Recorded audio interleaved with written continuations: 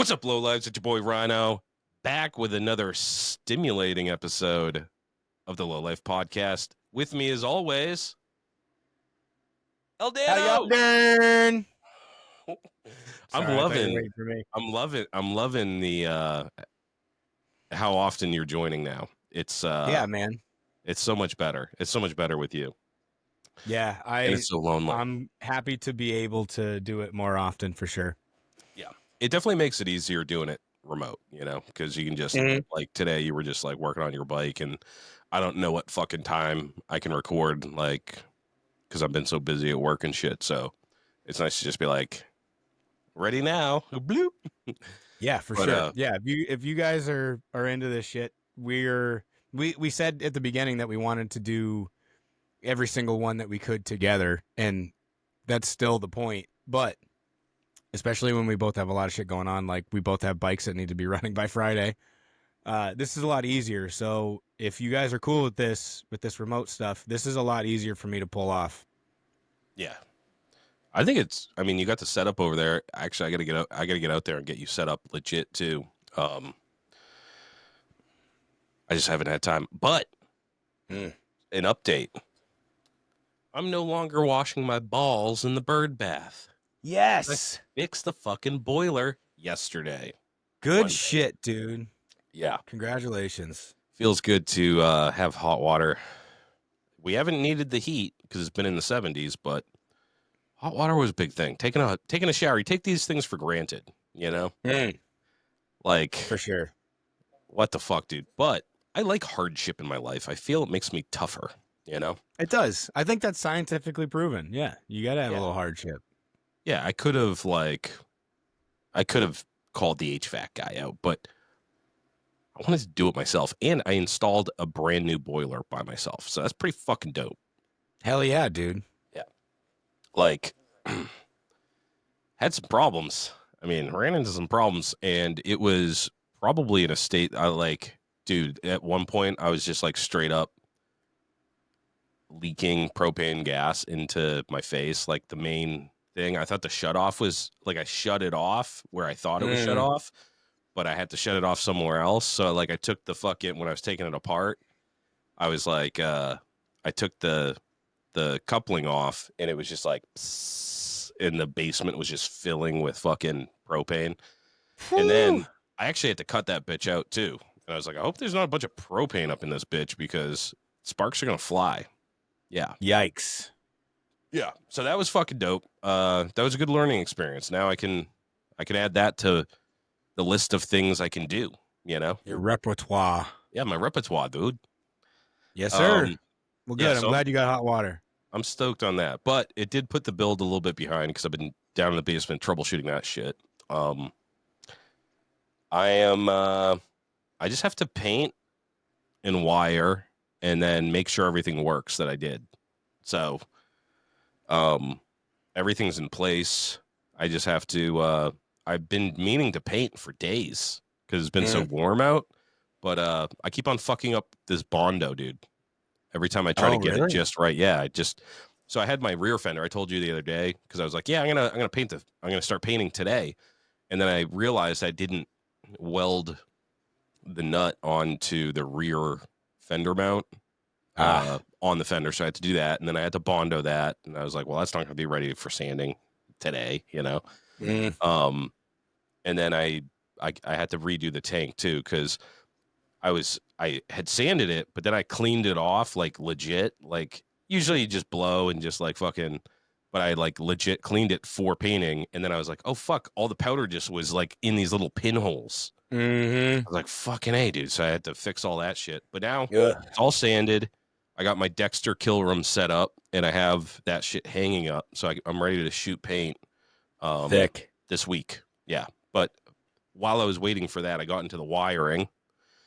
Okay. And I also promised everybody I was going to do a wiring video. So I can't just rush through it. I need to kind of think about the best way to do it. So I'm doing the wiring, and then I'm going to undo it and then put it all back together so I can show people the whole process. Yeah. You're crazy. I know, dude. And I forgot a lot of shit too. Like, I was like going through the wiring, and I was like, dude, it's been 2 years or whatever since I wired a bike. And a Yeah. lot of shit happens to a man in 2 years. So Yeah, you I have forget to a like lot of shit. Look at how remember often we forget. things. We can't even remember the sentences while we're saying them. Never mind nuanced shit like that. Yeah. So, um, yeah, dude, it's so I'm probably not gonna get it done by this weekend. I don't want to rush through this lot. I'm not bringing my bike anyways to the show. Oh, Um, really? yeah, I'm not gonna bring it. I have to bring all the merch and stuff in the table and all that shit. Mhm. So Oh, yeah, you don't have a truck anymore. Fuck. yeah, yeah, I don't. Yeah. Hmm. I didn't think that All one right. through. But yeah, I got to bring all that shit anyway. So I'm just gonna drive out there, and I figure I want to get it running just so I can ride it. I wasn't planning on Yeah. being in the show anyways. I would have ridden it out there, but yeah, I just need like another week so I can do that wiring Mm. video. Make sure the paint. I don't want to rush through either because I'm not that great at paint. This is my first time doing it like a legit paint job, and I want to do a good Yeah. job because I'm not rattle canning this. Rattle can, there's a little bit of slop that is Yeah. that is allowed there, but I want to make it as good as I can. Hell yeah, dude. But yeah. And then we were talking right before we started recording. You're pretty fucking close to firing that thing up.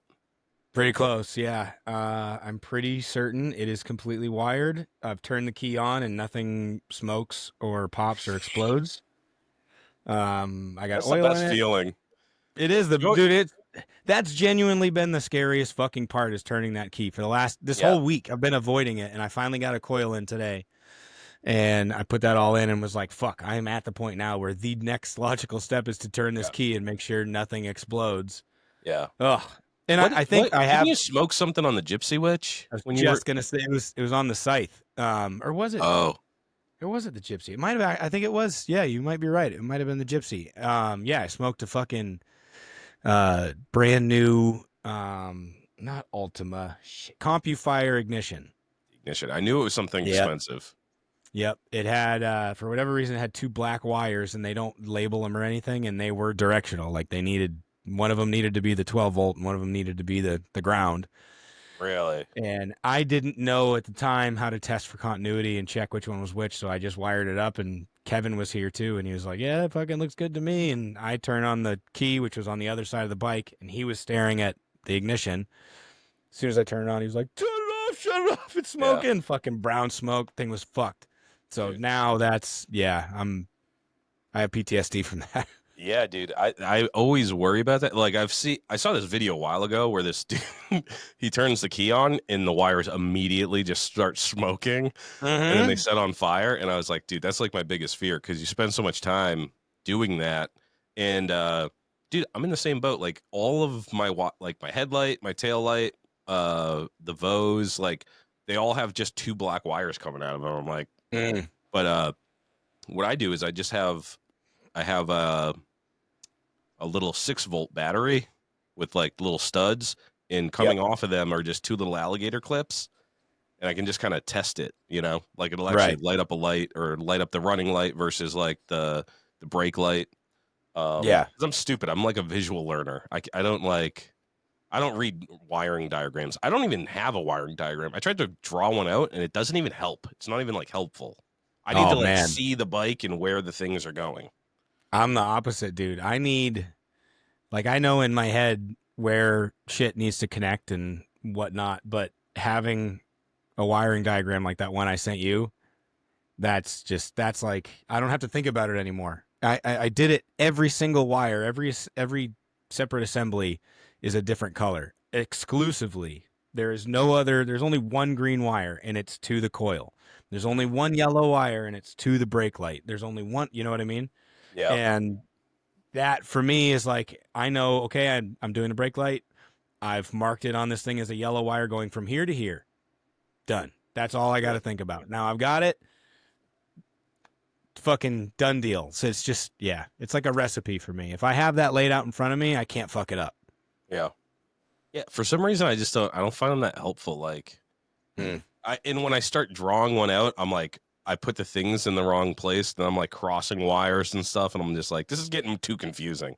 So I just do it Yeah. one component at a time. I'm like, Right. I have the battery, I have my fuse block, I have my breaker, and then I'm like, all right, I'm gonna do the headlight. All right, so there's two wires. I'm like, one's ground, one's hot. Yep. Wire it up, and then I go on to the next component. But you guys will hear all this in my my wiring video that I'm gonna be putting out for the hood rats, in the dirt bags, in the riffraff. Yeah, we got a Q&A show. We got to get into this shit. I'm excited about this. We had some good questions this week. Mm-hmm. But first, let's do shows, sponsors, and shout outs. First up, show coming up. When you're listening to this, I'm packing my Audi full of merchandise, stickers, and T-shirts for the Last Spotted Chopper show.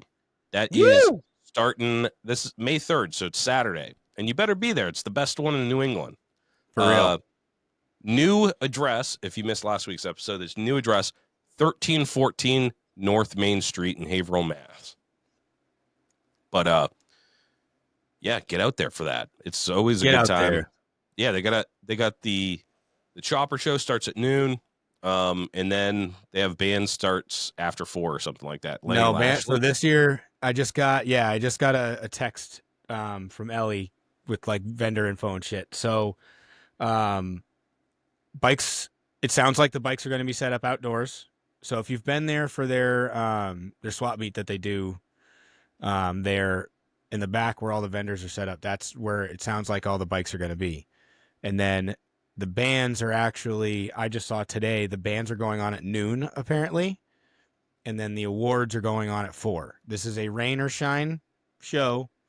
If it rains like it's supposed to, like it fucking does every year for a little bit, still going on.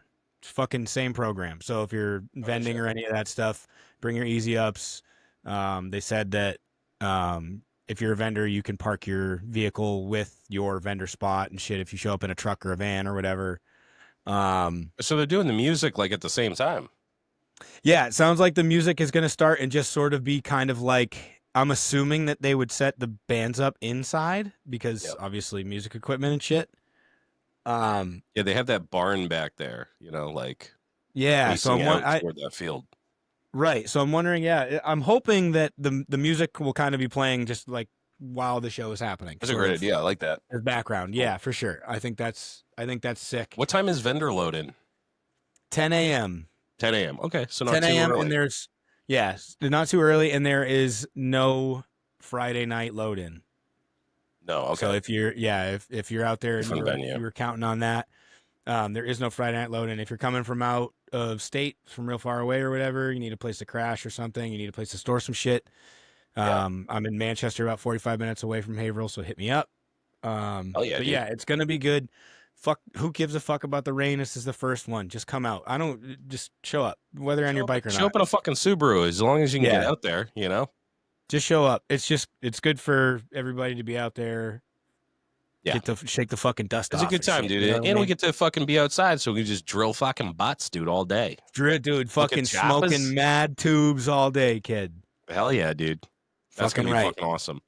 Yeah. I'm really excited about that one. Finally get back into the groove, dude. It's finally like nice out and shit. And I'm like, gotta ride, dude. Gotta get out there. Yeah, do a fucking like motorcycle. Anything. Any opportunity.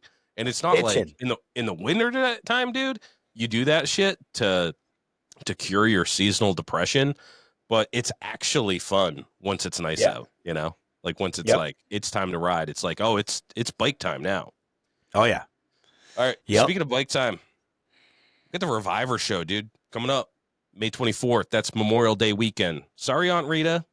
I don't like your fucking potato salad. Potato salad's fucking gross. Potato and mayonnaise? Fuck off. We're going to the Reviver show. We're going to have good food. We're going to have good music. We're going to have cool bikes. So come up. And if you don't, I ain't ever doing it again. Mm-hmm. But it is going to be the unofficial grand opening of Harley Davidson because I believe their new move-in date is early May, so that pushed back, and their grand opening is like the weekend after our show. Yeah. So you get a little sneak peek at the new Harley dealership. And that's going to be 100 Technology Drive in Hooksett, New Hampshire. Show starts at noon. I'll be drunk by 11. The other show that's coming up, true story, Party at the Penn East, June 7th and 8th at the Shawshank Prison. I will be dressed in blackface, talking like Morgan Freeman, quoting the Shawshank Redemption. No, I'm just kidding. I wouldn't do that. I got too much respect for old Pawn Face there. He's not an attractive man. But Nah. I'm stoked on that show, dude. There's a lot of dudes going. I think Elvis Quambeck hit us up, and he was like, yeah, I'm going to be there too. There's dudes coming. Sick. It's like commutable for all these places that we don't usually get to see those people. This is the furthest we've ever gone for a show. So I'm excited to see some new faces. And yeah, I will be...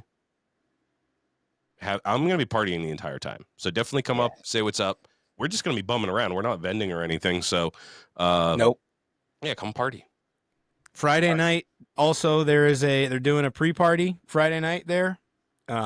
So we're gonna do our very best to get out there early enough that we can attend that on our bikes and shit. Yeah, remind me, Rhino, about lodging after. Okay. Sleeping arrangements. All right, cool. Deadbeat Retreat, August 22nd. Yeah. Blackthorn Resort. Resort. It's a resort and it's a dessert. I'm gonna be there. It's a fucking party, dude. It's gonna be a lot of fun. We never miss it. And I like the Blackthorn a lot. I actually like it better than the Fiddlehead one. It's a different experience, but there's camping if you want to camp. If you fucking want AC and a toilet, you can rent a fucking cabin. It's mad cheap, dude. It includes breakfast, by the way. If you get the fucking place to stay. Awesome riding out there. VP Cycles is doing a ride on Saturday. We're going to be doing a ride out there. So if you want to get in, if you're like, yeah, dude, I'm locked in on Deadbeat, and you want to convoy with the bad boys, then let us know and we'll hook it up. We'll meet you along the way. We're probably going to take the same way we did last time. New Hampshire, through Vermont, over Hogback, and then I don't even fucking know where, to that milk store, Stewart's. That was pretty dope. Did you guys go through downtown Albany again last year? Yeah, we did. You did? Yeah. Wait, last year you didn't go. Right, that's what I'm saying. So last year, did you guys end up taking that exact same route and going down the fucking cobblestones, dude? Cobblestones, dude. Why? I didn't know any better. Oh, fuck. Well, I'm not the leader of the pack, dude. When if anybody else has a GPS, I'm like, you do that. I don't want to be the 100%. One fucking coordinating and doing the hand signals and shit. I'm just chilling, dude. I'm somewhere in the middle, just chilling. I'm just like, oh, they took a wrong turn. No big fucking deal to flip a bitch. Yeah. But yeah, dude. I don't know. Maybe a different way. I would like to take a different route through Albany. I think on the way back we did do a different route. Because we didn't go over the cobblestones. I think it was a little bit further, but hey, maybe they fixed them. Yeah, that was terrible, dude. The only reason, I guess, realistically, it depends on what you're riding. Because the only reason that really sucked, I was on the scythe going through there, and the fucking tires were so skinny on that bike that they were literally getting stuck in the grooves in between the cobblestones, and I couldn't get the fuck out of them. Yeah, what the fuck? Oh, was I riding the Softail? Did you take the Softail that year? No, that was the year you crashed your bike. Yeah. Wasn't it the Shovelhead you crashed? I crashed. Did a kickflip?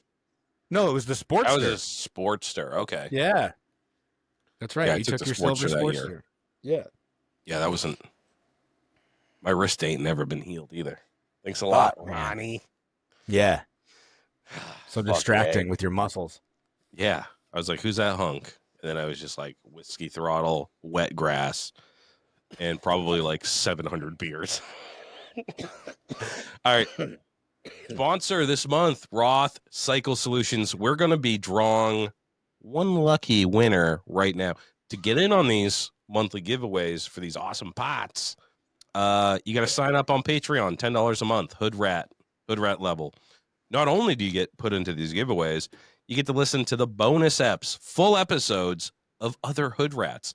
I just talked to Sammy Kristoff. I haven't published it yet, but it'll be out by the time this comes out. That was a lot of fun. He flew from fucking Ohio to Florida. He won the quality handmade chopper, Softail, and then he wrote it back. So sick. Yeah. So tune into that. Sign up to get on board with all the fun stuff I'm doing. I will be posting these videos. I just got to finish this bike. All right. And I'm putting all my energy into first it goes show, this podcast, then my bike, then it's those videos. So I'm going to get that done. As soon as I get the wiring one done, I'm going to get that up because everybody's fucking clamoring for that one. All right, let's get to the wheel. Which lucky sumbitch is getting a badass sissy bar? Roth Cycle Solutions. Go check out his episode. Oh wait, I'm trying to hit the screen share one. Okay, here we go. Round and round it goes. Where it stops, nobody knows. Brrr. Please don't be someone in a different country. Tyler Martin. Tyler Congratulations. Martin. Hit me up, dude. Hit me up. You won this fucking dope-ass stainless steel custom sissy bar from Roth Cycle Solutions. Hit me up. I don't want to go not everybody puts their address and their contact info in the Patreon, so I can't go like figuring out who you are. It just says Tyler Martin. So Tyler Martin, you lucky son of a bitch. This thing is sick, and I'll get it in the mail to you. Send me your Addy, and please, for the love of God, don't be in a different country. Shout out. I'm trying to look at it right now. Yeah, I'm actually going to shout out Eben. Speaking of different countries, I was just talking to him today. This is on my other account. Yeah, Eben Dupreez. I didn't realize this, but he's from fucking South Africa. Whoa. Because he was saying, he was listening to the episode last week, and he was like, you like brandy? Well, you'd fit right in South Africa because that's like their unofficial drink is brandy. No shit.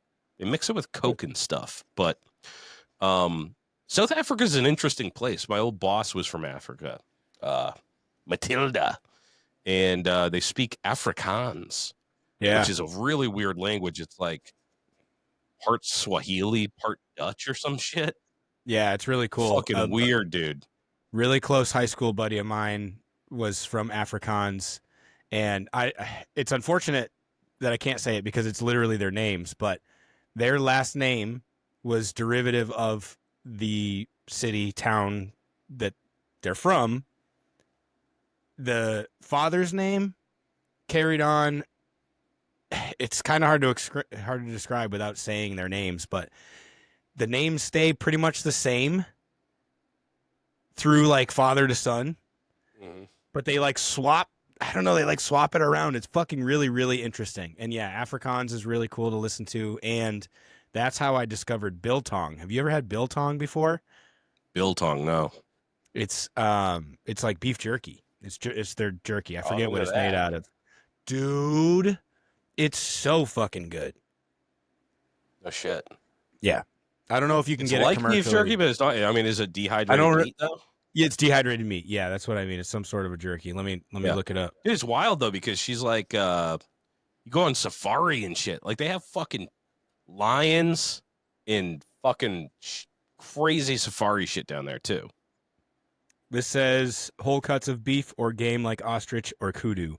I surely didn't have ostrich or kudu, but wild. Yeah. Yeah. So it's beef, but yeah, it's beef jerky, but it's absolutely it's like I'd equate it to like super dry aged beef, but you're just eating like it. It's so That's fucking awesome. good. Oh, dude, beef jerky, ultimate top road notch. food, dude. Mm-hmm.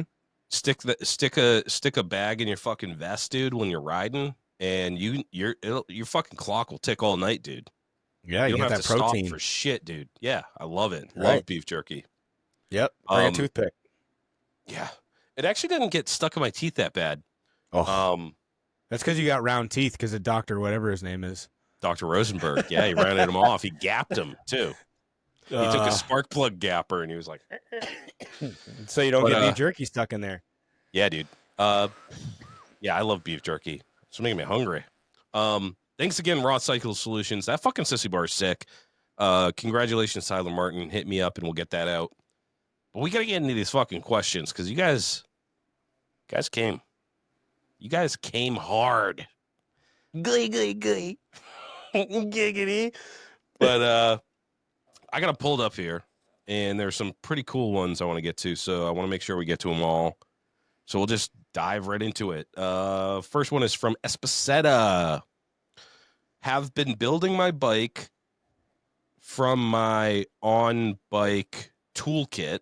Very smart. Building it with his on-bike toolkit. But this thing has grown heavy. Any pro tips to lighten the tool roll, combo tools, lightweight versions of things, etc.? Good one. Yeah. Yeah, I mean, as far as combo tools go, I showed it a couple weeks ago, those Harley wrenches that have everything on them. Yeah. That's really light. You have everything from a 10 mil, 3/8, 7, all the way up to 11/16, I think. And there are two of them, and you could fucking fit them in your wallet, dude. They're really small. Those are key. Yeah, instead of having an entire wrench set, dude, an entire wrench set is wicked heavy. So if you have an entire wrench set, they probably make these combo wrench tools. You can get them on Amazon, I'm sure, from China for fucking like 50 cents a pop. Like it's not like Snap-on shit. It's just like a wrench. It's just a wrench that has multiple SAE sizes on them, you know? The other thing for cutting down on the amount of tools is, we talked about it, the stubby crescent wrench, the adjustable. Because then you can really take off any bolt on your bike. Doesn't matter what size it is, you just adjust it. Or at least if you have a nut and a bolt, you can hold one end with the crescent and then use one. You don't have to have double wrenches or anything like that, or a socket and wrenches. The other thing is change out hardware. Like if you have like Torx on your bike, get rid of the Torx, put on a regular bolt, so then you eliminate the need for that tool. Or if you have Allen bolts or something and you don't want to have that size, like you have to have a big one or something, then switch it out if you can. So swapping out hardware. And I'm interested though, like, hit me up, dude. Tell me what you actually, send me a picture of your tool roll that you've been working on. Cause I think it's great that you're working on your bike from your tool bag that you're going to be having on the bike. Send me a pic of it, and then send us a pic of it, and we can take a look and just be like, get rid of that, get rid of that, get rid of that. Because the other thing I was thinking too is, of all the times that we've been on the road and one of us have broken down, I can't think, there's some tools that like I've never seen anybody use, right? And like the most heavily used tool is probably zip ties. Zip ties, mechanics wire, that sort of stuff will temporarily get you to a point where, and then there's some like really bulky tools too, like multimeters, that if you have a full size multimeter, you don't need all the fucking doodads on it. Like, get like a really tiny one, even if that. But usually, like electrical issues, you don't need a multimeter for. It depends on how your bike is set up. But like, if you use fuses and shit, like, you can pretty much tell what the fuck's fucking up. Yeah, I mean, these bikes have so few wires. For one, it's like, okay, this is the problem. Okay, it's in that system. You know what I mean? If my headlight doesn't work, I'm not going to be checking my coil. So that kind of, as far as troubleshooting, it makes it a little bit easier. But yeah, I don't know, man. I'm kind of a pack rat. Like, I don't know if it's just because I'm a mechanic by trade or whatever, but I don't stress having a small tool roll. I would rather bring less shirts or, whatever the fuck, and have more tools. Right. I know that anytime do you have one that you keep on your bike at all times? Usually, but the method in which my tools are carried changes frequently. I like to kind of switch that shit up. But now I've got the torque bag. Shout out to Matt. He gave me one, or I got one from him at Indian Larry last year because I fucked up the other one. It was totally my own fault. So I have another one of those. So I'm gonna run it in that. And what I usually do is have like Milwaukee tools or whatever. If you buy like a drill set, it comes with that little fucking rectangular case, the soft case. Honestly, I've been just using one of those. It's got a little carrying case on it. Everything's kind of loose in there, but I'm okay with that. Yep. But I'm not bringing hammers and fucking, big shit like that, and breaker bars and big ratchets and shit. But I usually try my best to have two of every size wrench and a ratchet, a super short ratchet and a super long ratchet. But it totally is dependent on my bike, like what I need for my bike. So working out of your tool roll, awesome. Great idea. Because if you get to something and you're like, fuck, I need an extension to get around this part and I don't have one. Now you get it, you put it in your bag. Good to go. I'd also say too, like, have your tool roll that's always on your bike with the bare essentials, like crescent wrench or like an adjustable wrench, zip ties, mechanics wires, the bare minimum of tools that you need. And then if you're going on a longer trip, like if you're going out of state, Right. pack, like you said, I have another. It's the same thing. It's a soft case and it has even more shit in it, like chain adjusters, fucking shit like that. Extra stuff. But on your tool roll that you always ride, that it's just like a mainstay on your bike, like a feature of your bike, just keep the bare minimum. And I would say things like, if you're using fuses, a couple extra fuses, extra spark plugs, but make sure you secure that shit too, though. Like any electronic stuff, like if you just chuck it into a loose bag and it's smashing around with wrenches, it's just going to be in pieces.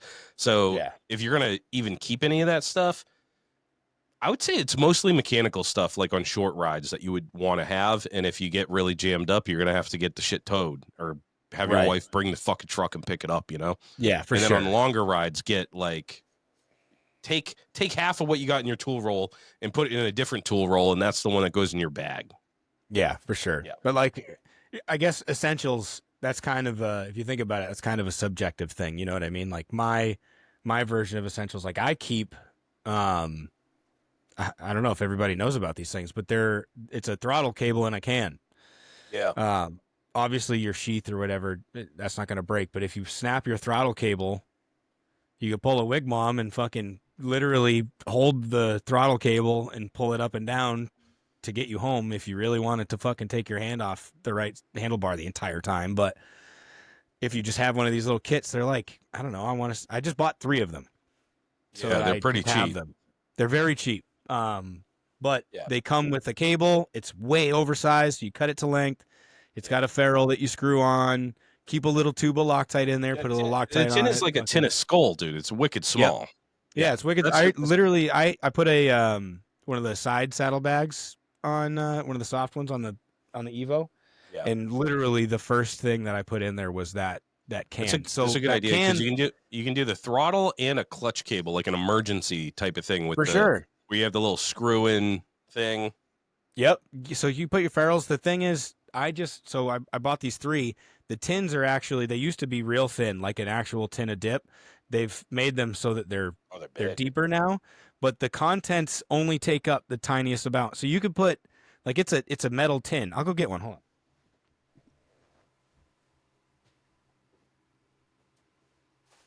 And you've broken quite a few throttle cables from what I remember.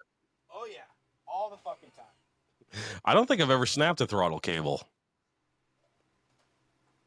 All right, so Mid USA throttle cable repair kit with inner wire barrels wrench kit. So your tin is like this. You can actually pack way more shit in there too. Yeah, that's what I'm saying. You could put your drugs in there. You put I drugs don't in know, there, put you're fucking. put fire starting shit in here. Put a bunch of fucking kindling or something in there, and That's actually just a you good container to put other shit in. yeah, So pack that for thing sure. fucking full. And once it's packed full, nothing's going to move. So you put your spark plugs, your fuses, your breakers, all that shit in there too.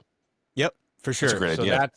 that's the first thing that I've got. So yeah, it depends on what your comfort level is. Just think about the things that are most likely to fuck up. You know what I mean? The things that are most likely to down Yeah.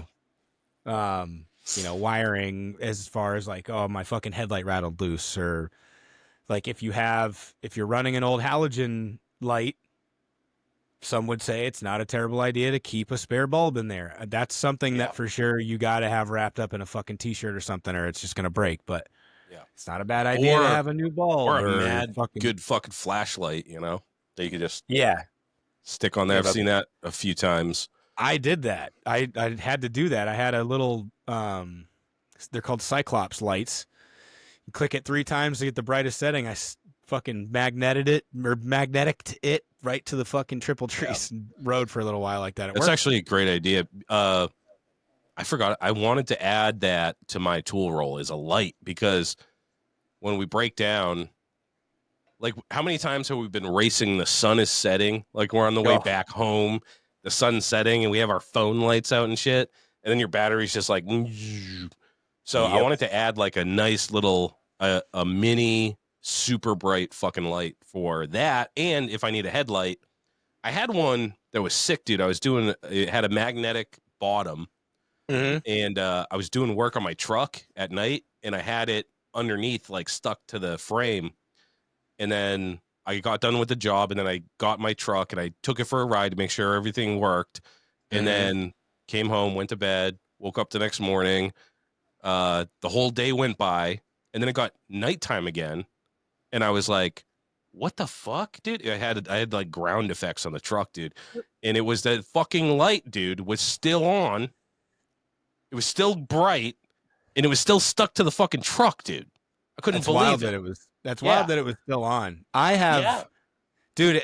I can't even tell you, especially as a road mechanic. I can't even tell you how many times I've left flashlights stuck to trucks, yeah. and there have been not just once, but a couple times where I go and do a truck. So these inspections that I do are yearly inspections. I'll do an inspection on a truck and then go back the following year, and my fucking light is still stuck up underneath the truck. Oh yeah, bro. It Get it was. back. I remember the brand. It was called like the Big Larry Mm. or the Little Larry, and you see them all the time at like hardware stores. It's like a stick, and it has like an LED facing out, and then a button, and then there's a magnet on the bottom. But Yep. I've had a million of those, but this brand is the one that like it sticks. And dude, riding around on my fucking dirt road and shit, like I Yeah, that's impressive. couldn't believe that it's stuck there underneath the That's truck. wild. All right, next up we got Sammy Kristoff, who I just interviewed. Um, I got a '84 shovel donor bike. Then I got a roller project chop someone didn't finish. It came with a soft tail rear tire with no sprocket. I got a 4-speed Cowpie Trans with a chain sprocket on it. Here's my question. Do I buy a chain sprocket conversion for the softy rim, or do I buy a new tire that takes a chain, or do I buy a belt conversion for the trans? Also, if you say chain conversion for the softy rim, what company would you recommend? He's kind of leaning toward the chain. I'm leaning toward the chain too. Yeah, definitely do chain Yeah. for sure. Do chain.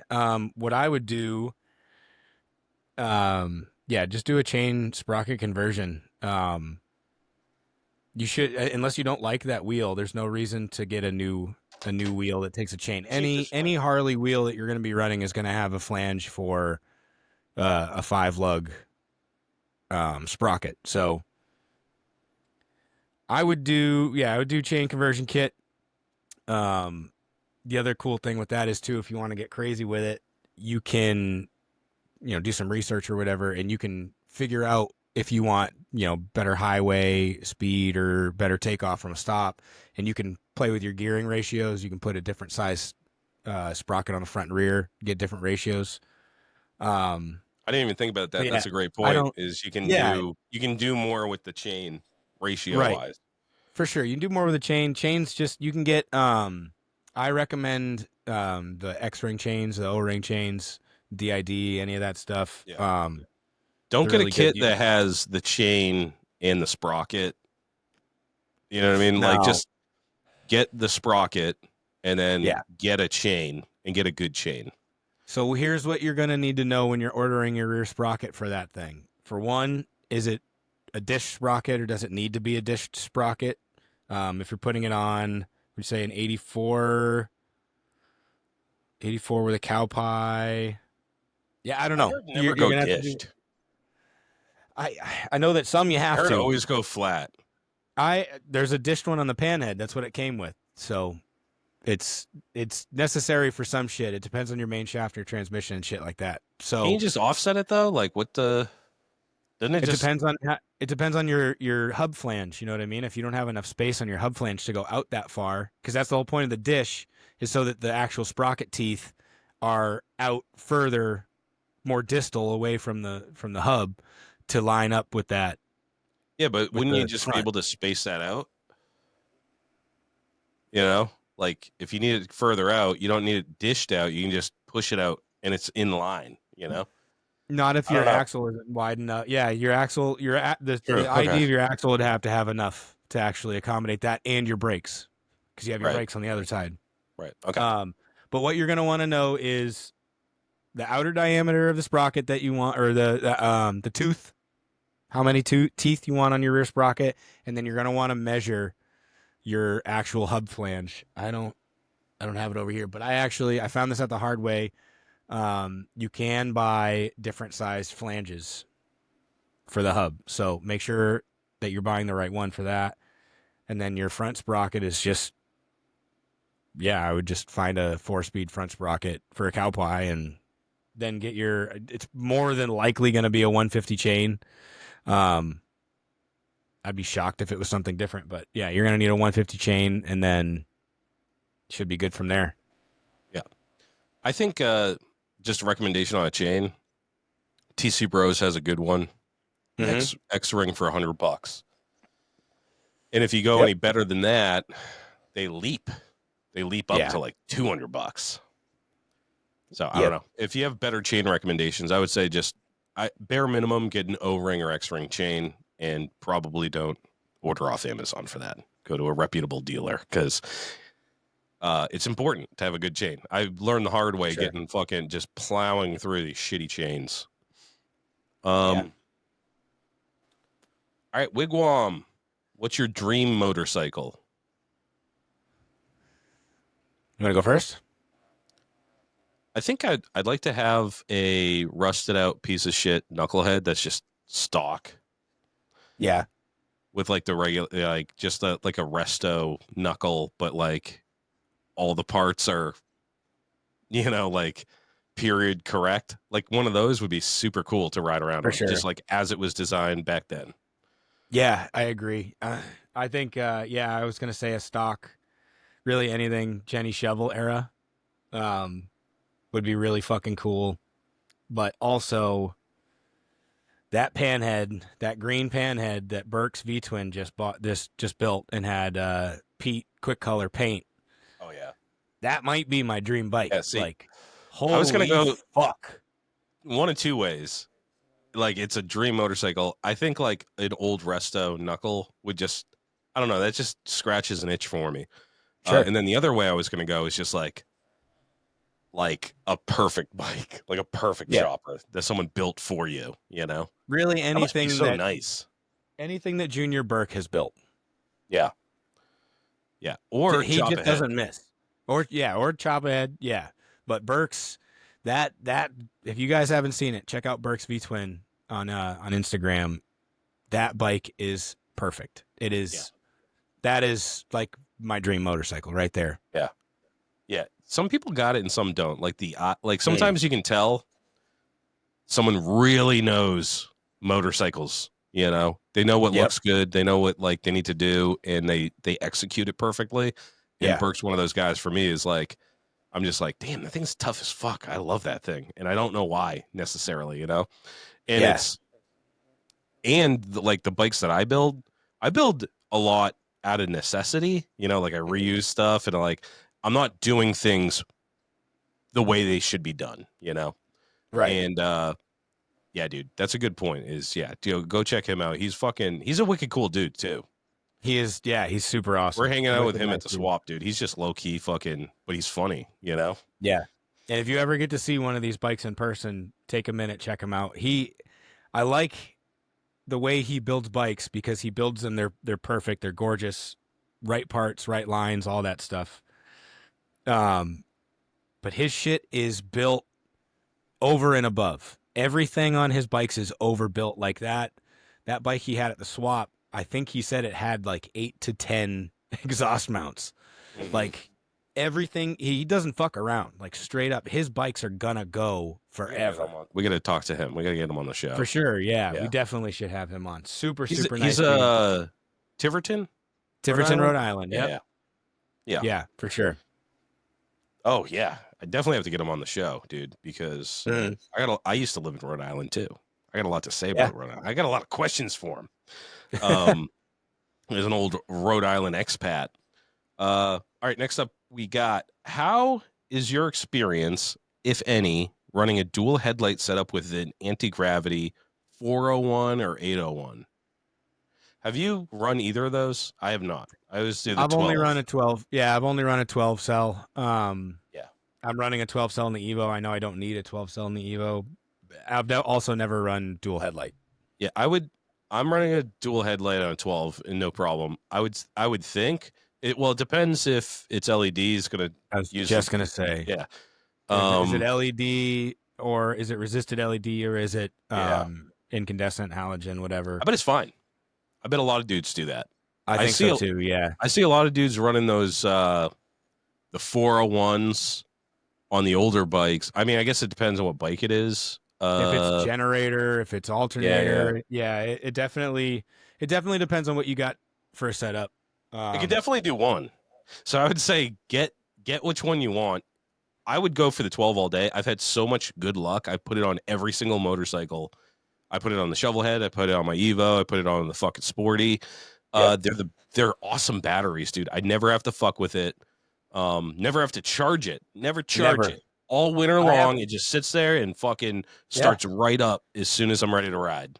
I had mine on a charger, I don't know, a few months ago before it got real cold.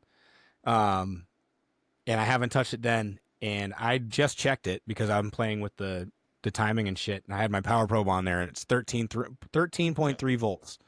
Yeah. Haven't touched it in fucking months. It's been sitting in my cold ass garage. They're the shit.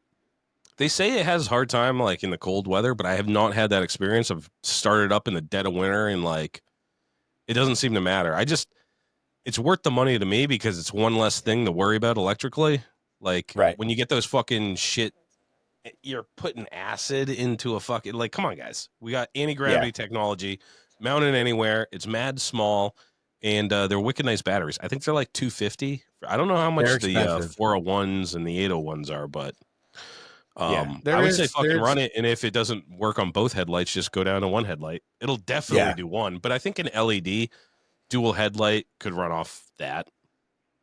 Yeah, I would think so too. And if not, just get two batteries, two anti-gravities, with two 401s. I don't know. I know that there's a way to calculate how much amp hours and shit you need based on your charging system and what you have. Yeah, some nerd shit. Like I said, I just run with the 12 cell. It's more than enough. I've used them. They've never gone dead. There is a little bit of people say, like everything else, there's two different camps. There's people that are AGM and whatever, and there's people that are lithium. Just Google anti-gravity battery explosion on YouTube. You're going to find some like, yes, they do overheat and explode. It's lithium, but I've never had one do that. That's like the charging system though. If you use like an old, you can't use an old like charging system, I don't think. Right. Because they didn't have that in mind. You have to just, like on the Shovelhead, I bought a new regular rectifier, like just because I didn't want to even fuck with it, and they're not that expensive, right? They're under, I think you can get them for under $100 or around $100. What are we getting? The regulator? Yeah. Yeah. Yeah. I think I don't know. I 120? would say they're between 100 and 150. I would 100 say and somewhere around 150. there. Yeah, Yeah. I'd say But then you I don't have bought to one a fucking while buy a ago. $250 battery and have it explode on you, you know? Right. And don't buy the chrome cycle electric fucking regulator rectifiers. Don't do it. No. Get the black one. Yeah. Always get the black one. Yeah. Like someone's gonna look at it and be like, "Damn, that's the regulator's shining like a diamond." Damn, I bet you're not getting a good ground on that regulator because it's fucking chrome. Yeah, dude. Fuck that shit. Yeah. Oh, we got a music question. Sick. What bands, artists, group have you been listening to lately? Newly discovered favorites? Love What are you listening this. to? Fucking love this shit. Why don't you go first? Because I could go for a minute. If we're talking about music, you're gonna have to shut me up. Yeah. So what I always listen to, and what I've listened to for fucking 30 plus years, I listen to 90s and 2000s hip hop. That's my milieu. That's what I like. Mm-hmm. Recently, I've been huge on Ghostface. I'm actually making a Ghostface playlist, Ghostface Killer, and I'm just taking all his best songs from fucking Supreme Clientele, Only Built 4 Cuban Links, fucking all his shit, Fish Scale, and just making like the best Ghostface playlist of all time. Dope. But I have been listening to something that's not hip hop. Really recently, I just discovered this punk band. Nuh-uh. Yeah, I think they're punk. I'm not. You'll tell me. The Okay. Idols. Oh, They're dude, I like love the Idols. the English. They're like English punk. Yeah, Are they punk? they're definitely I'd say they're abrasive enough to call them punk. Okay.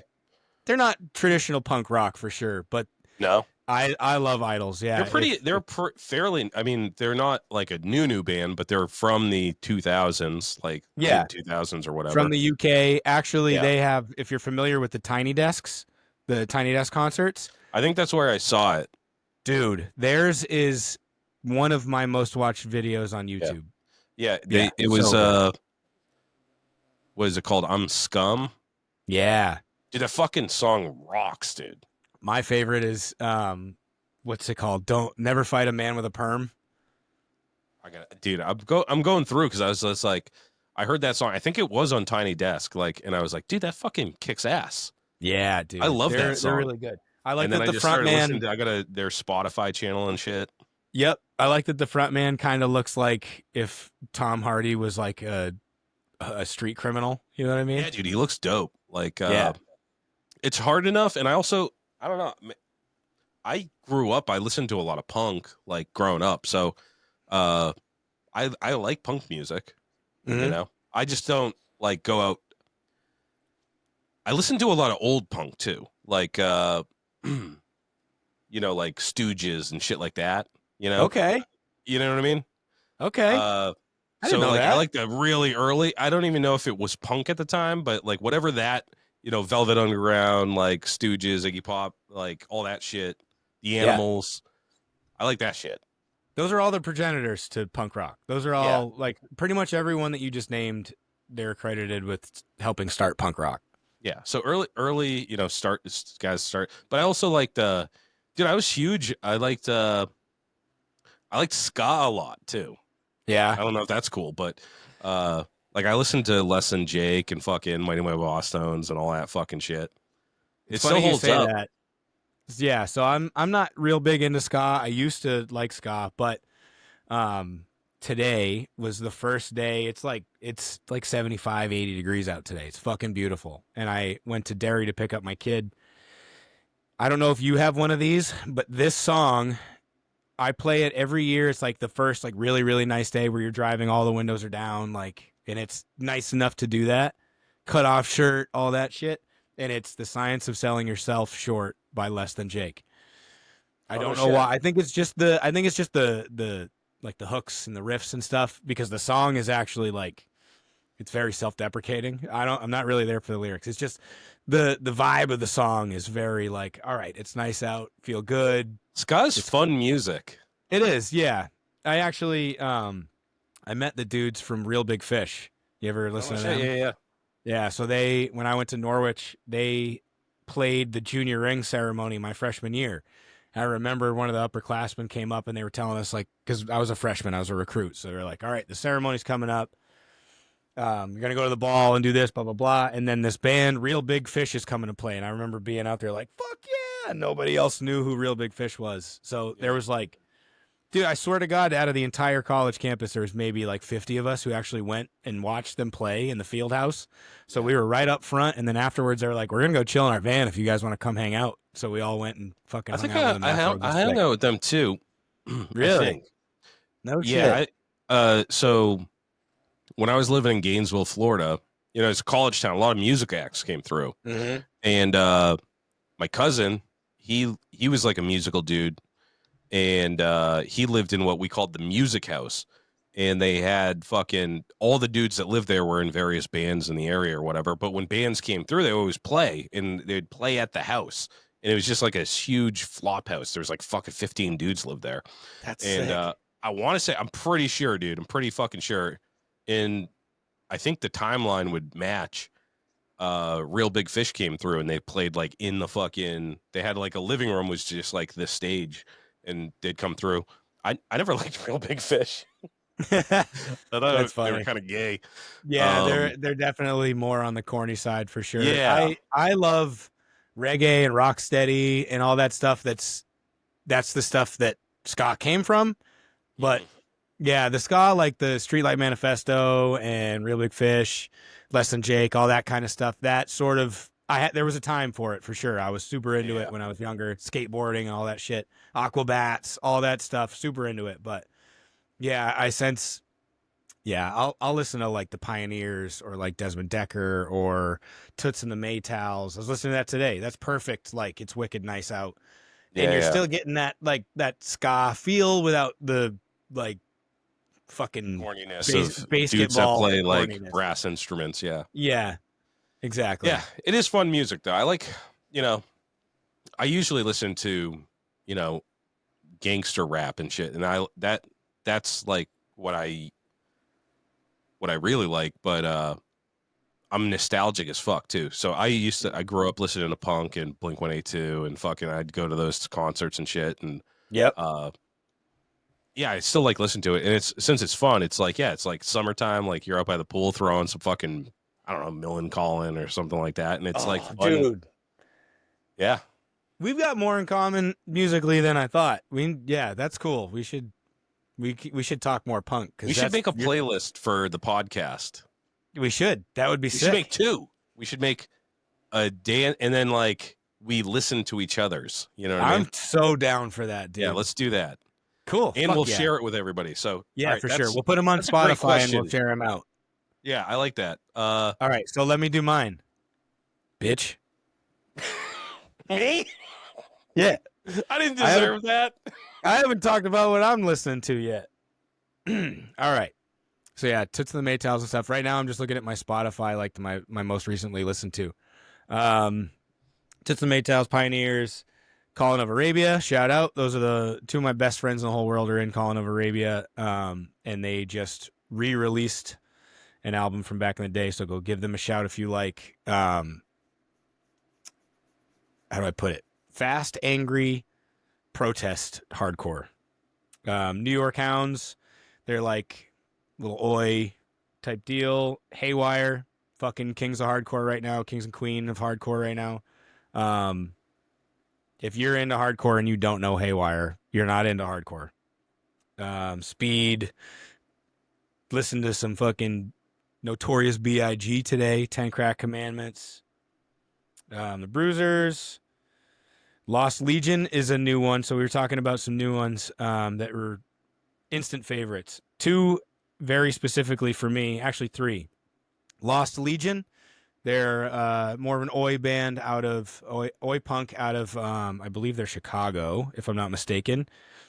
What is oi punk versus punk?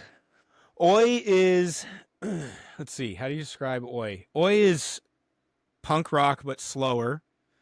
Oi is sort of specific to more of like sharp skinhead type stuff. It's like blue collar working class punk. So a lot of oi. It started in England. Bands like Red Alert, Foreskins, stuff like that, and then you have some American bands, Stars and Stripes, the Bruisers. It's kind of like when you think punk rock, you think of like Casualties or like the real fast, like super super fast shit.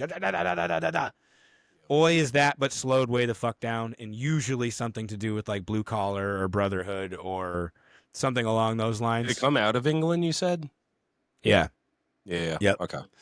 But there's a huge, huge, huge surge of oi in America right now. It's so fucking sick. And then so Lost Legion is a really good oi band out of Chicago area, and then Bullshit Detector. I know it's a bit of a goofy name. Shout out to Perry.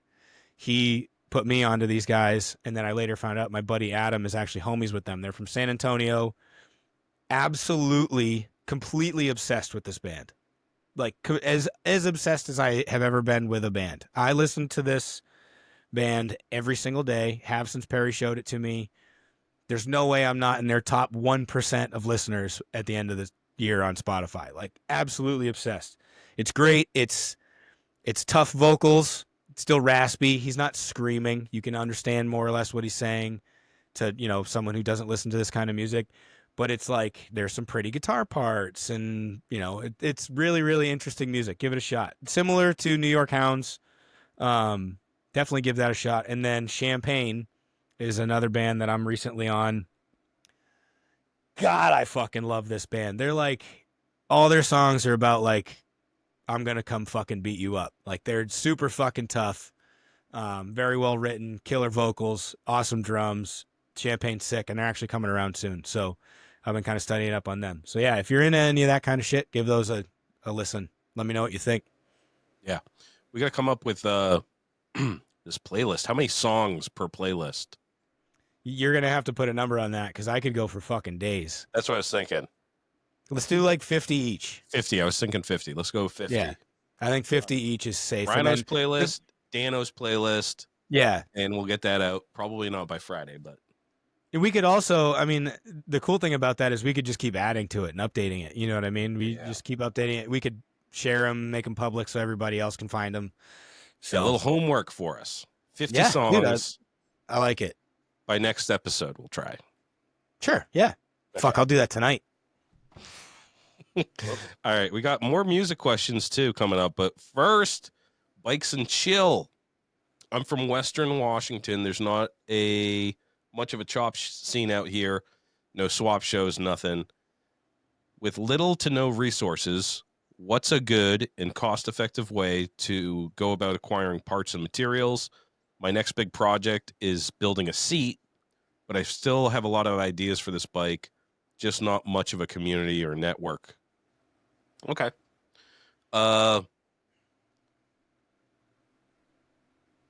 Facebook Marketplace, you do find connections there. Like if you look for specific motorcycle type things, look for dudes that have like lots of not like a lot of parts, but a lot of parts. Like they're giving away fuck tons of parts.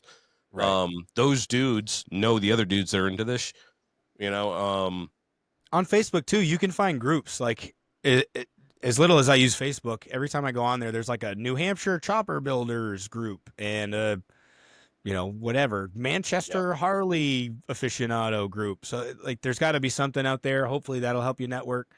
Hopefully people are out there listening right now that you can network with. But as far as parts, Western Washington's huge. It's a big state.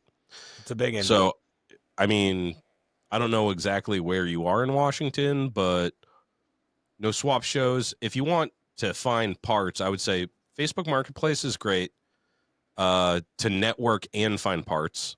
For sure. If you might have to travel, I don't know. I was just thinking about that. The good thing is I know it's not a hop, skip, and a jump, but you are one state above California. So if you need a part, it's right there. I promise you, it's right below you.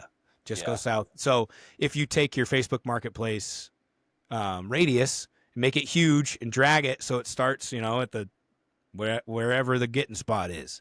hit up Wigwam Motors. He's in California. He could help you as far as like West Coast stuff, as far where parts are. He's the guy.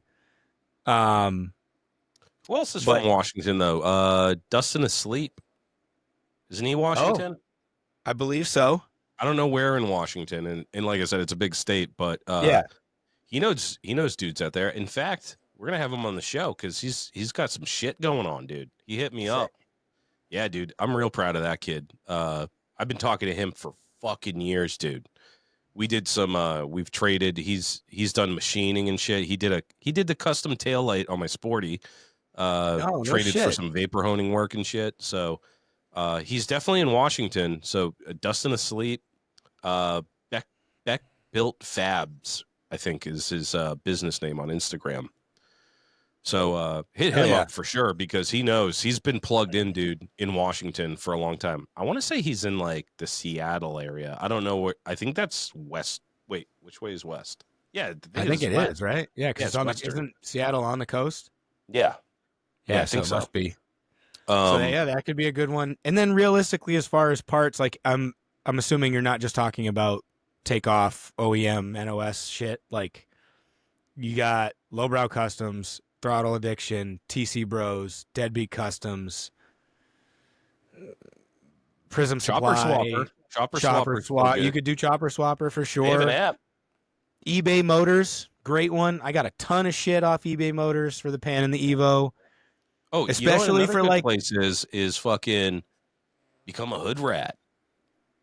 Yeah, we have a community, right and we're always a resource for you too. So if you have questions, like I'd love to. If you're from Western Washington, hit up Bikes and Chill, and fucking link up, dude. Because that's what this show is about: is linking up dudes from across the country. I know we talk about New England a lot.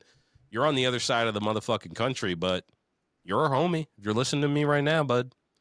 And there's a lot of great guys in here. There's a lot of great guys right here in the Lowlife fucking universe. Definitely for knowledge. Like, again, dude, like how many people have hit us up and they've linked up with other dudes that just listen to the podcast? Instant family. So if you're in Washington, let us know or reach out to Bikes and Chill because this dude's about it. So, Wigwam again. Of course, he always has like 7 comments on these. Yeah. But who would win in a fight? Jean-Luc or an equally hairy polar bear he finds in Alaska? Be hard pressed to find a polar bear in Alaska, I think. He's from California. He's a result.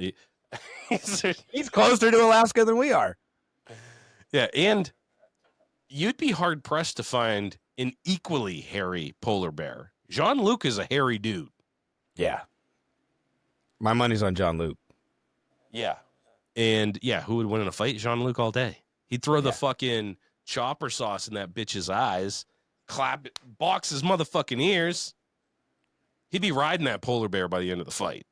For sure. And Jess is going to be in Alaska with him. So if Jean-Luc can't handle it, Jess fucking will. Fucking twist that polar bear up like a fucking pretzel, dude. I wouldn't, If I was a polar bear, I wouldn't want to fuck with those two people. They'll just turn into a fucking, they form like Voltron, dog. They'd be jumping in the air like goddamn Power Rangers, create some sort of fucking super being, and then beat the shit out of this polar bear. For sure. Yeah, what is Jean-Luc must be French, right? I believe so. De Stefano? That's French, right? De Stefano, I think, isn't it? De Stefano? That sounds Italian to me. De Stefano? Probably because it ends in a vowel. I don't know. I don't know, but Jean-Luc? That sounds Jean-Luc French, definitely sounds French. And I'm French-Canadian. I'm part French-Canadian, so I know. I'm hairy as a motherfucker, dude. I got hair. Dude, I have to shave the tip of my nose, bro. I thought you were going to say something else. All right. Money is no object. Chrome or polished SS? Stainless steel. Chrome or polished stainless. Yeah, I'm going with stainless. I'm so retarded. I was like, what does SS mean?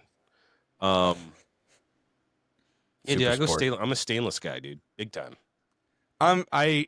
Chrome is gorgeous, but if I had to pick between the two, I would go with polished stainless because you can rework it, weld it, grind it, and then polish it again. Exactly. Sending it we to all know chromer. how Yeah, once the Chrome chips, game over, right? It is what it is, and Chrome is going to chip at some point. So, Yeah, uh, especially like on anything that like a sissy bar that's like pretty heavily used. Like if you're strapping stuff down, dude, I'll put ratchet straps on that shit. yeah, And if you gouge it out, you can just sand it out and polish it again if it's stainless right, steel. So I'm stainless camp all day. for sure. Ooh, this is a good one. Too petty. Capo. Do you guys think one day you will have Loctite's Chop Shop and Grease's Garage and have all four of you guys do an episode? I'd do it tonight, dude. Yeah, I'd do it tonight. for sure. I actually just talked to Grease the other day. Shout out. He hit me up. I had posted something about the kicker, so it's good to catch up with him for a second. So we should see if we can make that happen. Yeah. Hey, me and you were about it. I don't know if they Yeah. are. I don't know if they're listening right now. Hey guys, I want to do an episode. I was just talking to Loctite the other day. Mm-hmm. I want to get him on, me, you, and him, definitely. And I would love to have all four of us if we can make that happen. That'd be fucking amazing, dude. Yeah, at least catch up and see what those dudes are up to and whatever else. I don't know. I mean, maybe they're not. Yeah, they might not be interested in putting that shit out there, But yeah, we'll work on it. We'll see if we can make it happen. Yeah. Hopefully, we'll see them both on Saturday. I'm hoping. Did Grease say he's going on Saturday? I didn't ask, to be honest with you. Oh, okay. I didn't even think to ask. Because if he shows up, I'm going to put him in a headlock and give him a noogie. Yeah. Spank on the butt. For making such easy great money 99. videos. What's that? Said for making such great videos. I have legitimately used his converting your Evo to points video, and I used his wiring video. I was looking at his recently. wiring video today. In fact, I was like, I thought it would be funny if instead of making my own wiring video, I just sent a link to Grease's Garage for his wiring video because I'm borrowing very heavily from that. Like, the fuse block thing, that's all Grease's idea. Like For sure. I do it a little bit differently, and I'm doing the electronic ignition, and he's a points guy. I'm doing the VOs. His is a little bit different. Mine is applicable to all of it, but the principle is the same. Like, Yeah. I'm also, he doesn't like shrink wrap and soldering. he's a crimp guy, and it was actually funny because I was looking at the comments on his video, and I think it was someone we know, but they were like, someone tell Grease about shrink wrap. That's funny. And I'm like, dude, yeah. So anyways, that's gonna be a good one. Here's another one from Easy Money 99. Also looking for people into choppers, only I have a Dyna at the moment. I live near Huntsville, Alabama. So anybody that lives near Huntsville, Alabama that want to ride, hang out, and talk shit, hit up easy _money _99. We just talked to an Alabama boy. Gremlin Wiring. I don't know how far Huntsville is from Birmingham. But yeah, Birmingham, dude. If you're close to Birmingham, there's a lot, dude. That all those dudes. Shit. Who else? The dojo. Yeah. Fuck. Nick's Shoppers is in Birmingham, Alabama as well. Yeah. Yep. We should have him on the show. I think sure. he's too popular for us, though. Nah, I don't know. We'll see. He's a real deal. He's a real. Yeah. He does real good fucking shit. I think is he in Born Free, Texas this year? I don't know. I'm not sure. Yeah, he's cool shit, dude. And that dojo, dude, they post those videos. Those guys get wild. I would love to hang out with them. Oh, fuck yeah. Dude, they're jumping off of buildings into trees and shit. Like, that's my shit. Awesome. Hell yeah. All right, here's one. Rhino, are you officially recorded in the Guinness Book of World Records for shortest micropene, or do you just hold the unofficial record? Yeah, it's unofficial. I called Guinness and I had them come out, but there were some schedule conflicts, so they said they didn't have like a measuring device that measures into the negative numbers, so they couldn't officially record it. So I don't know, but maybe I'll get into Ripley's Believe It or Not. I'll call them next. Who asked that question? That was me. Yeah, I know.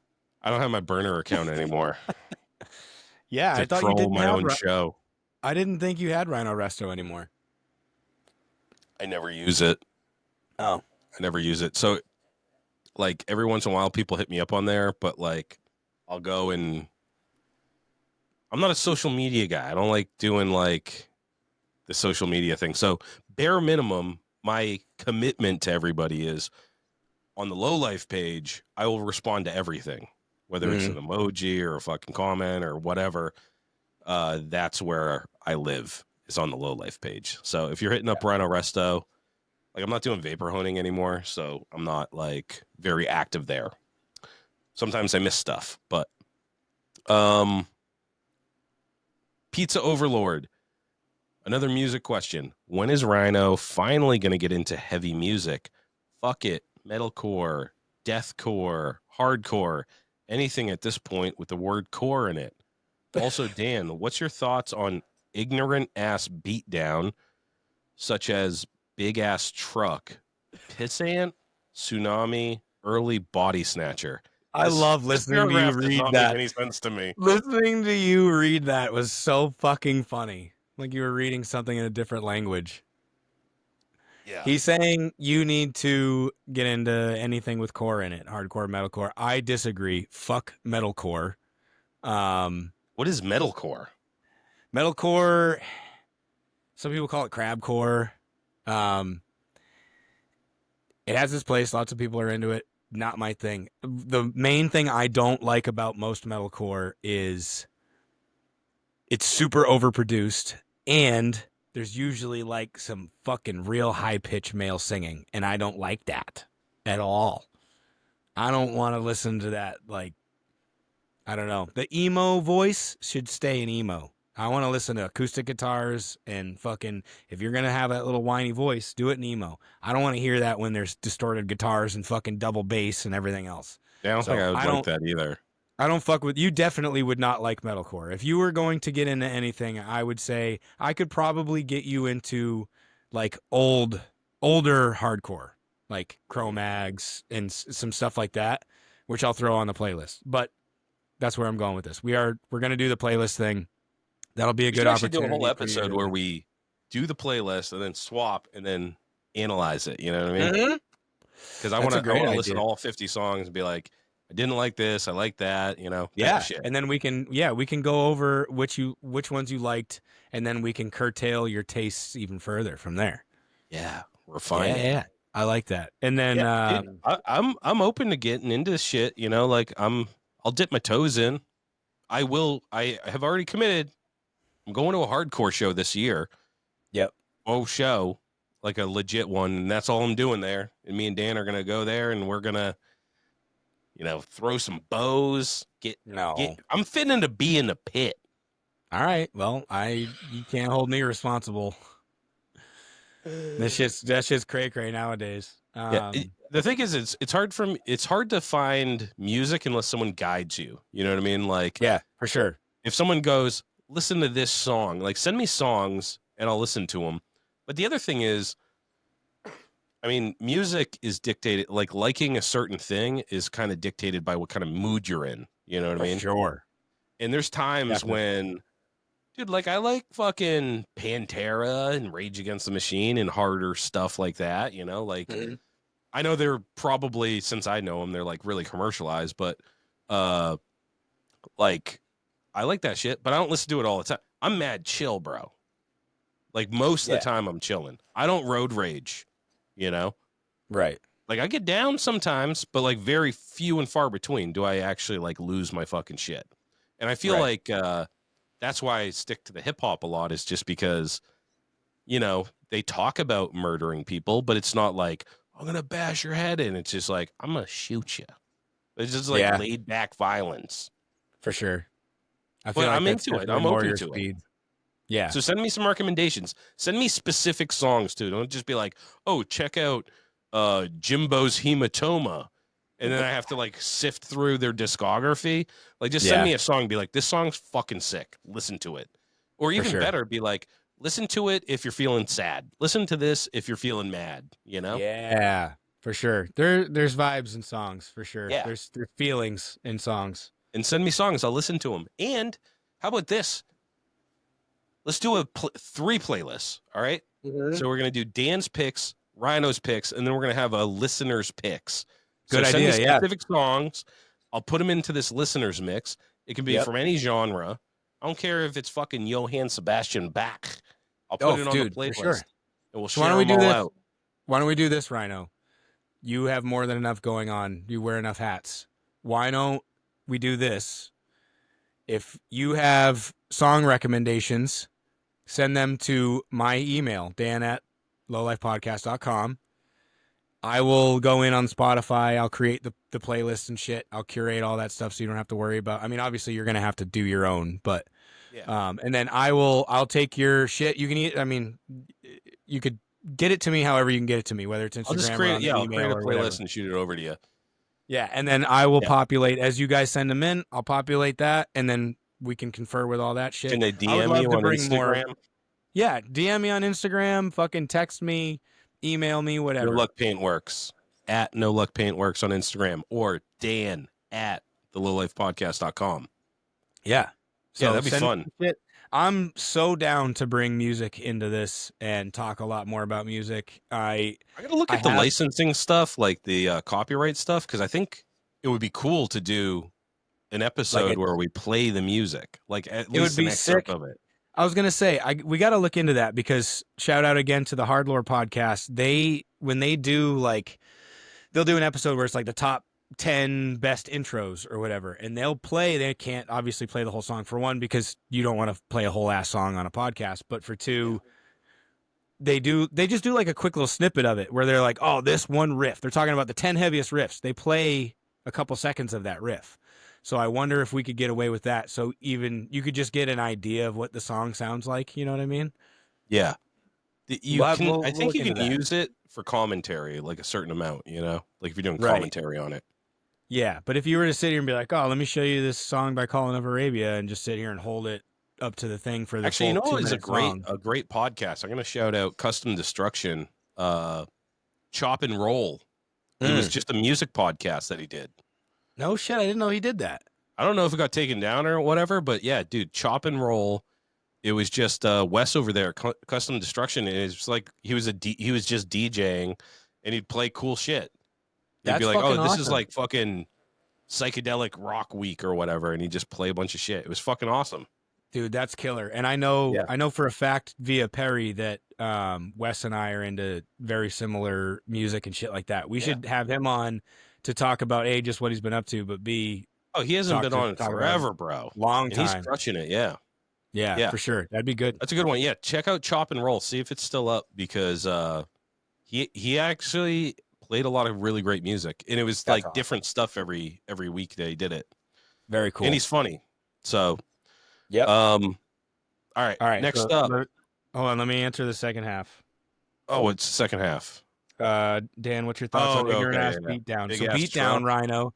Beatdown is a subgenre of hardcore. Beatdown hardcore, right? So Beatdown hardcore is very, very, very aggressive. It is Ignorant arguably Ass Beatdown. Okay. Yeah, Beatdown hardcore. I thought that was the name of a band. No. Well, I mean, it is also, but no. So, such as Big Ass Truck, Pissant, Tsunami, Early Body Snatcher. So, Big Ass Truck, super dope. Relatively new to them. I'm not familiar with Pissant. Tsunami, super sick. I remember, I can't remember the name of the song, but when Joel and Kevin and I worked together, Joel and I jammed this one Tsunami song again and again. It's not necessarily, I don't go to Beatdown very often. Beatdown is usually, that's a mood band for me, where like I just dealt with a shitty customer or whatever, the world's pissing on my forehead that day. I'll put on Beatdown because it's like, yeah, fine, I'm ready to fuck you up too. I usually go with like Warhound is pretty rad. They're a little bit gimmicky, but super sick, and I really like the dude's vocals. And X Weapon X, as far as I'm concerned, is the best beatdown band there is. So, yeah, that's how I feel about that. All right. This is the kind of shit that you be bumping when you go and fucking thump some homies up. You know what I mean? Like, oh, dude, yeah, all psyched up. Yeah, beatdown. I'll put this one particular Warhound song on my playlist just so you all can witness. If you're not familiar, you will be. It's called, I think it's called Truth or Next Level. If you want to look it up beforehand, it's fucking aggressive. I love it. Yeah. I'm looking forward to this. Me I'm looking too. forward to this. All right. I know it, the Taco Heart, I know it varies state to state, but could I transfer the title from my antique tag donor bike to a new frame?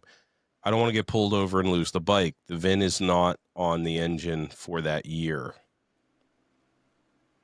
And then there were some follow-ups. Oh, He yeah. said also this would be transferred to a frame Paco gas box with an MSO, and the donor frame would be in storage. I'm assuming in storage is in parentheses. And then Sammy Christoph said he's going to do the same kind of deal.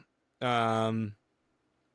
long as the donor bike's in his name, get rid of the MSO and then stamp the donor VIN on it.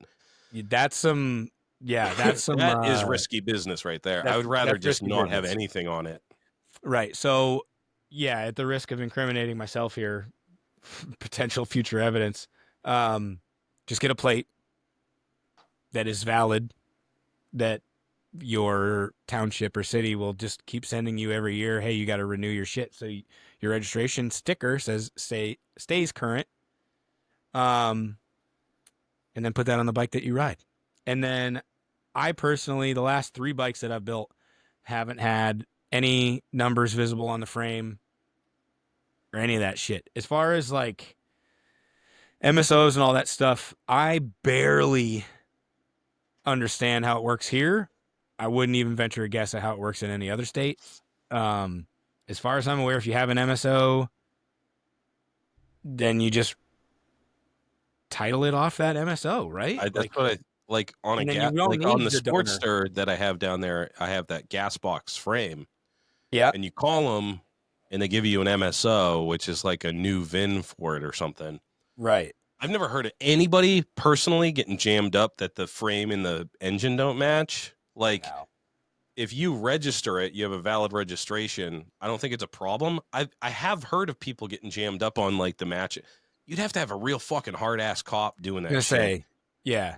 And then like, I would also like if you have an MSO on the frame and the engine doesn't match, I think you would just be able to beat it in court. Like, you can have custom frames on your bikes and stuff. Right. Like, all they would be concerned about is like chopping something up or whatever. But no, again, really, it's whether or not the shit is stolen. That's really what they're worried about, is whether or not you stole that engine out of another bike. That's what in New Hampshire you can do after a certain year.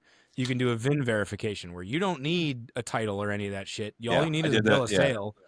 A cop or whoever comes. Yeah, a cop comes by, types the numbers into his little computer, and then says, "No, it's not stolen." Signs the paperwork. They don't even come by, dude. I did it on the Shovelhead, and I just called, and they're like, "Oh, really? No you're shit. Good, yeah." Oh, sick. Yeah. I haven't done one of those in a long time, so I don't really know. And then there's question on whether or not they do the VIN verification on the frame or if they do it on the engine, and then some shit doesn't have numbers. The engine is what matters, you know. Well, like if you have to pick between the two, like, because custom frames, dude. Once you powder coat a fucking frame, dude, you can't see any numbers. Yeah, they're gone. Yeah, and if you leave them raw, it looks terrible. So what Taco Heart is saying is that the VIN is not on the engine for this year. So if that bike were in New Hampshire, I'm not sure. I really don't know. I don't know how that would go about. If you have the paperwork that you registered, like if you get an MSO, I would just say that's it. Like, it doesn't matter if it's not on the. It doesn't have to be on the frame. It doesn't have, like, the paperwork is what's important at that point. Right. But if you don't have numbers, sorry, go ahead. What state? Because I know some states are hard asses. If you're in New Hampshire or you're in Maine or Vermont or something, nobody gives a fuck. If you're in California, I would say, I don't know. Yeah, good luck. Wigwam. Yeah, for sure. Definitely. I wouldn't even venture a guess as far as. And then there are companies that you can get a title for it in a different state. Like, there's some states, I think like Wisconsin or some shit. There's a company out there. You can go on their website. You basically just pay them a small fee. They get you a title, and then you register it in that state or something like that. Right.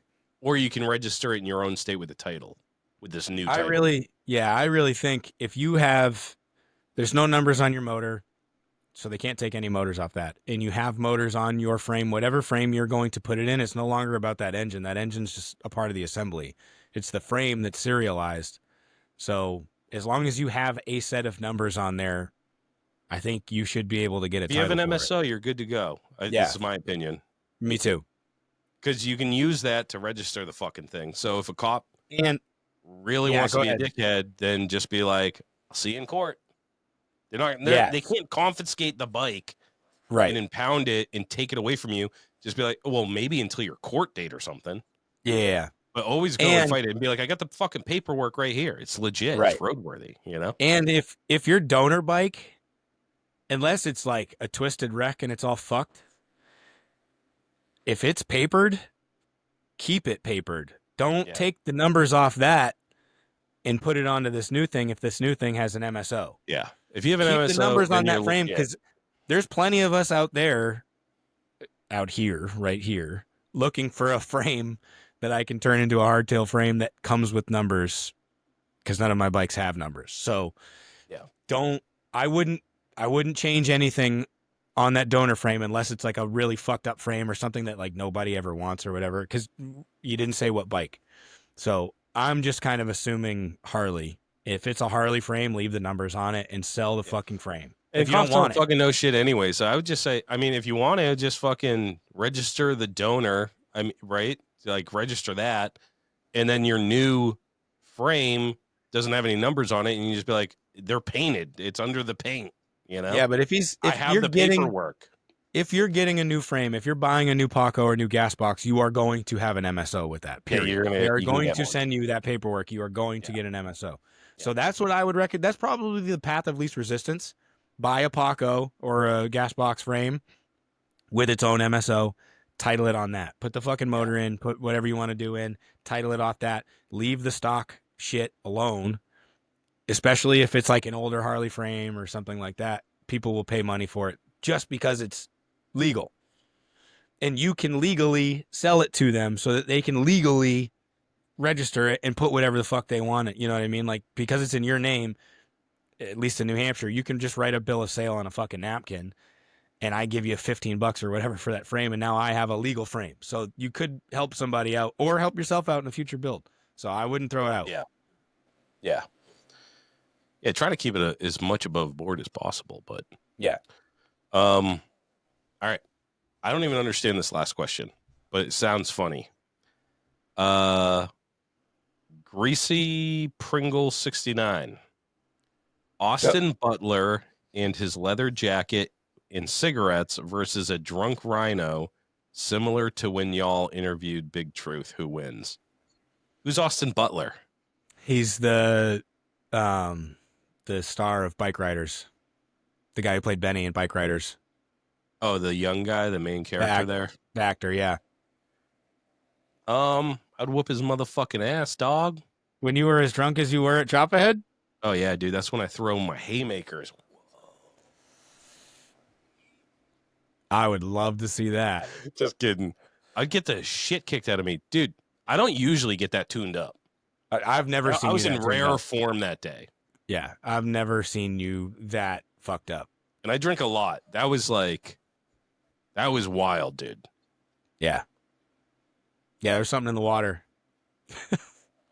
No, it was fucking...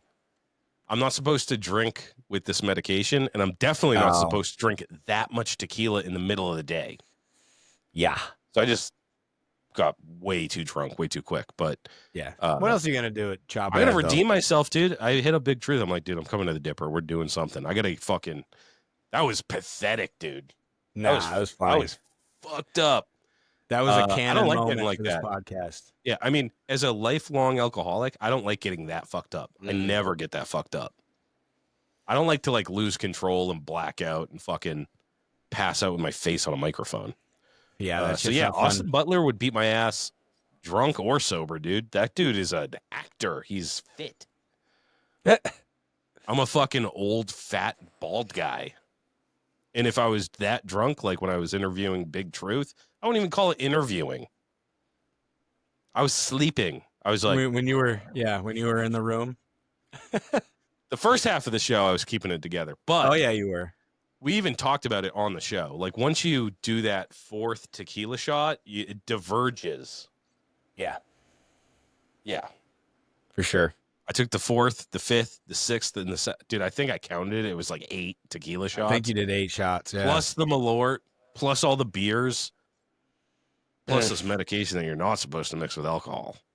Yeah. All that combined, it was a perfect storm. It took me out.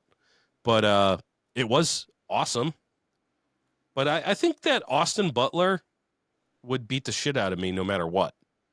I bet he's tall, so he got the reach. He probably has an 81-inch reach. 81-inch reach? He looks pretty lanky, dude. That's probably a long 6'1". fucking reach. Yeah. How tall is Austin Butler? Are you Googling it? Yeah. I'm just making sure. How We got all tall the is questions. Austin Butler? He's 6 foot, dude.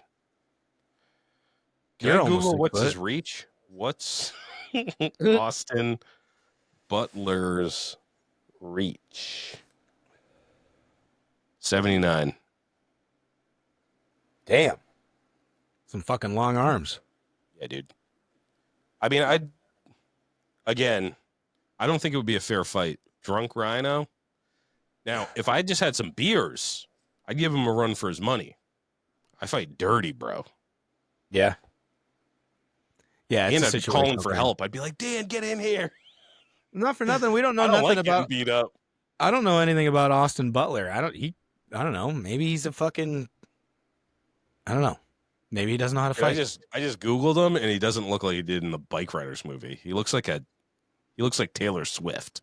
Yeah, he's a fucking actor. That's when you said that, I was like, I don't know. I don't know that I would necessarily equate actors and being good at fighting. Yeah, if But I don't know. if I was that drunk, he would. Anybody could beat me up. Dan could have pushed me out of my chair. I would have just fell down. Got a concussion. We've been like picking on the retarded kid. Yeah, but Taylor Swift over here, sober. I think I could take him. Yeah, I think you could too. I'm 5'12", bro, in my heels. Yeah, So we're about evenly matched, and he doesn't look like he's ever been in a fight in his life. yeah. I don't know. I mean, yeah, not sure.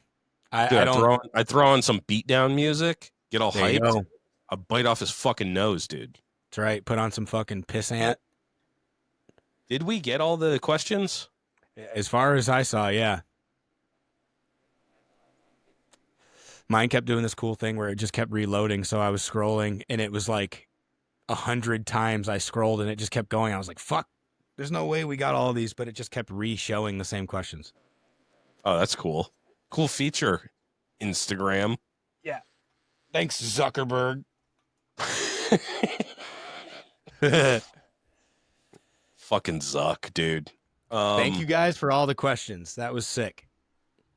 Yeah, Definitely, man, I love this. I encourage more music-related questions for sure. It doesn't have to be hardcore. I listen to everything. I want to put that out there. I listen to literally fucking anything. So it doesn't I have think to we be. have a lot more overlap, like you were saying before, because Yeah. like you listen to the same shit. You listen to fucking Mobb Deep and all that shit, Oh, yeah. like from back in the day.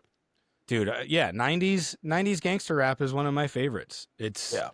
dude, Big L, Nas, like all that shit, the same stuff. We had that moment at Deadbeat. I'll never forget that. It was fucking hilarious. You remember that? When we were out on the sandbar? Yeah. I'd put on, do you remember, what was it, Immortal Technique? No, it was something more obscure than that. I might have been Big L. It was something remember. great because I was like, what the fuck? Like, because it's rare in this community. There's a Yeah. handful of dudes that are like me, that are like old, like woo heads and shit. And we like all Right. the same shit, like fucking Dr. Octagon and this weird, like you'd have to grow up in that same time period Right, and listen to yeah. those songs and have like be nostalgic about it. But yeah, you had that playlist and you were like, I was like, we were sitting on the beach and I was like, this is actually great. Like I thought someone was going to put on like Johnny Cash or some gay shit. Yeah. Which I love Johnny Cash too, but Right. come on, guys. It was fun. I'll never forget you. I remember you looking over at me and you were like, stand up. I need to give you a hug. You literally made me stand up out of my chair so you give me a hug. You're like, I didn't know you fucking got down with this shit. Yeah. I Well, forget when what we it was. find each other, when I find someone that's into the same shit, I'm like, it must be the same like with hardcore, you know? For sure. Like With anything, yeah. because Pizza Overlord's been trying to get me on this shit for a long time. He Yeah. I sends me know stuff. he and I have talked music a bit before. He's definitely into more of the like the metal stuff as far as I'm aware, but I know he's into hardcore. I know he and I have talked about Slaughter to Prevail and stuff in the past. So, yeah, I'm the same kind of deal, man. I listen to a little bit of everything. Well, I listen to a lot of everything. I like a third of my life there is music playing in the background, like for a fact. Yeah. So, yeah, anything, man. I couldn't just listen to hardcore all day every single day. I'd get bored of it. But, um, yeah, please feel free to reach out and discuss more music shit. That was I'd like cool. to we got to get some more music. I know we have a few people we want to get on the show. Music. Yeah, I've music been people. kind of waiting. I have a couple people that I really want to bring on that I think I could probably access.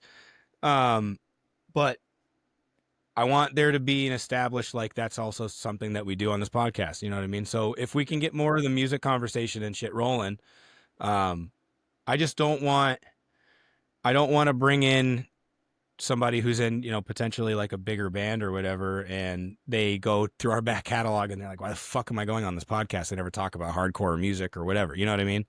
So I just want it to be ingrained that that's something that we do, and know that there are people out there that want to hear from people like that. So, if you guys are down to hear like local band members and shit, definitely let me know and I'll start setting some stuff up.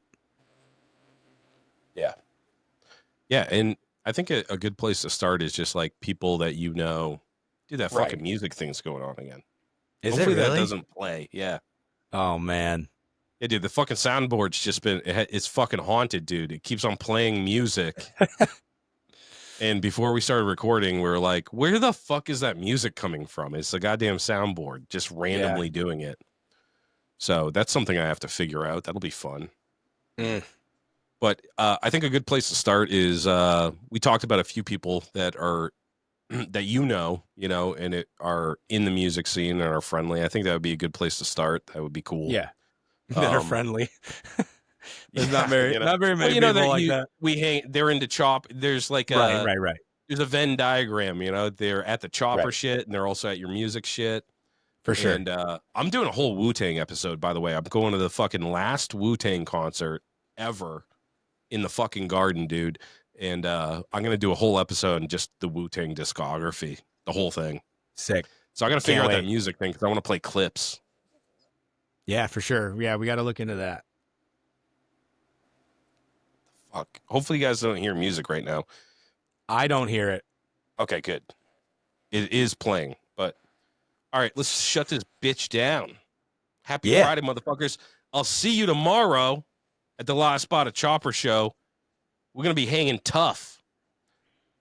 Until next week, Lowlifes, get in the garage. Work on something. Build something. Get in trouble.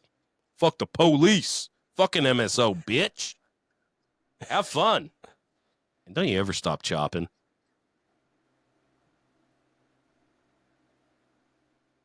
Deadbeat Customs. Steve over at Deadbeat Customs is about grassroots motorcycle riders who take it upon themselves to build and customize their bike.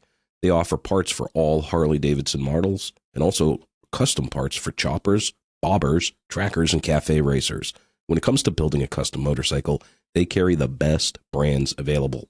Go visit their brick and mortar store in Tewksbury, Mass, or at deadbeatcustoms.com. Remember, enter Lowlife at checkout and save some loot. Stay strong, Co. Sean Luke has been sent down from the heavens to bless us Lowlifes with the greatest motherfucking hot sauce in the world. Sweet heat baby Jesus in the white pants heralds a message from God himself.